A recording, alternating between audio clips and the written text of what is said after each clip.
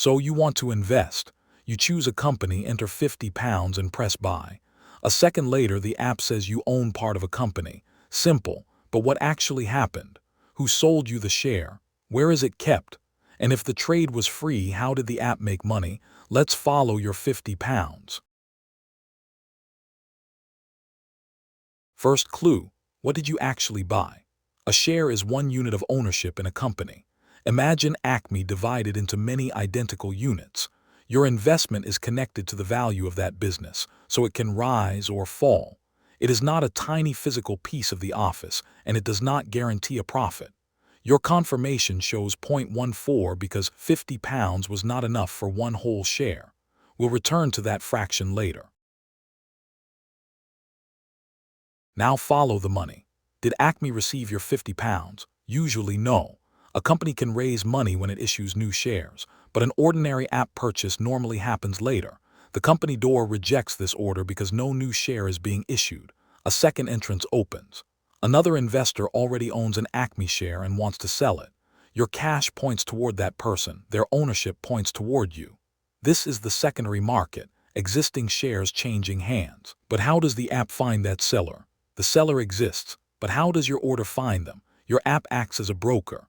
You give it an instruction, buy Acme using up to £50. The broker stamps that instruction and sends it toward a market. There may be several possible routes, an exchange, a market maker, or another execution venue, depending on the broker's arrangements. For now, the important part is simple. The broker needs somewhere to meet sellers. Your order enters a crowd of offers. One seller wants far too much, so the order moves on. Another is much closer. But the two prices still do not quite touch. Why are there two prices? The market does not have one price, it has two. The bid is what a buyer will pay, £49.96.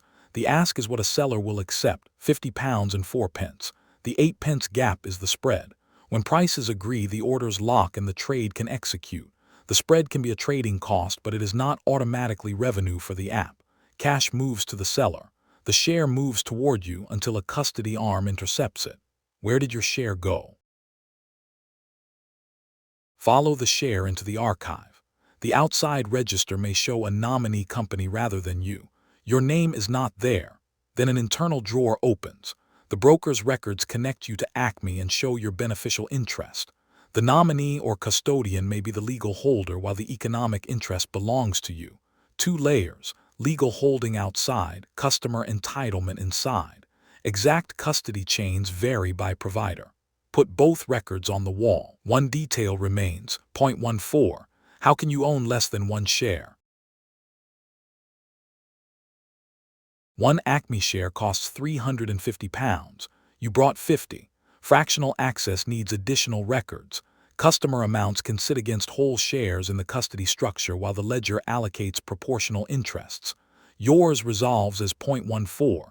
Transfer and voting rules can differ, and a fraction may not move cleanly to another broker. The arrangement varies.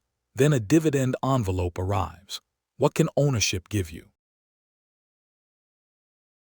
Ownership can carry several rights.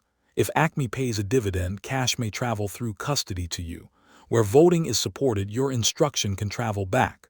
Corporate action notices follow too, but every path is conditional. Rights vary by share, platform, and fractional arrangement. The transaction now makes sense. One object does not, the free buy button. Who paid for all this? Platforms use different combinations. First, foreign exchange. Buy overseas with pounds and a conversion fee may peel away. Second, uninvested cash. Interest accumulates. The provider may pass on some, all, or none under its terms.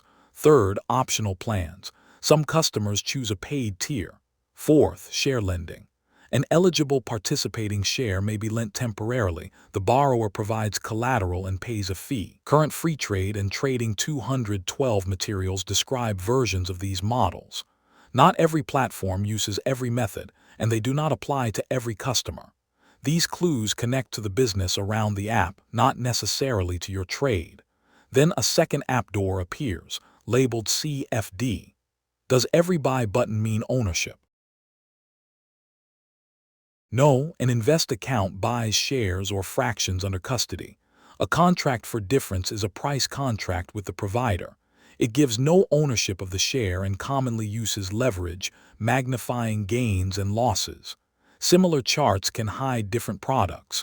The label matters. Then the broker flickers.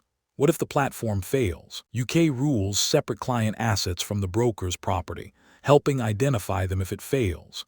It is a safeguard, not a force field against every delay, shortfall, or fraud. The FSCS currently protects eligible investment claims up to £85,000 per person, per failed firm. How do you turn the investment back into cash? You press sell. The ledger creates an instruction, a buyer is found, records update, and cash returns.